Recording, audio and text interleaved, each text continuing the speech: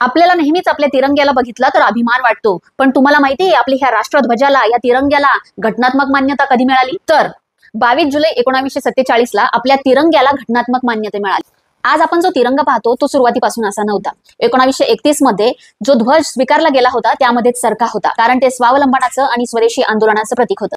पण जेव्हा देशाचं राष्ट्रध्वज ठरवायचं ठरलं तेव्हा फक्त राजकीय लढ्याचं नव्हे, समाजाच्या न्याय, समता आणि नैतिकतेच्या मूल्याचं प्रतीक हवं होतं. आणि म्हणूनच बाबासाहेब आंबेडकर यांच्या विचारांचा मान ठेवत चरखा काढून धम्मचक्र ठेवलं गेलं, तेही स्वातंत्र्य मिळण्याच्या काही दिवस आधी. हेच ते अशोक चक्र, सारनाथच्या अशोक स्तंभावरचं चक्र, जिथे बुद्धाने धम्मचक्र प्रवर्तन केलं होतं. या चक्रात आहेत 24 आरे, दिवसभरातील 24 तास आणि न थांबता न थकता कर्तव्य करत राहण्याचं प्रतीक.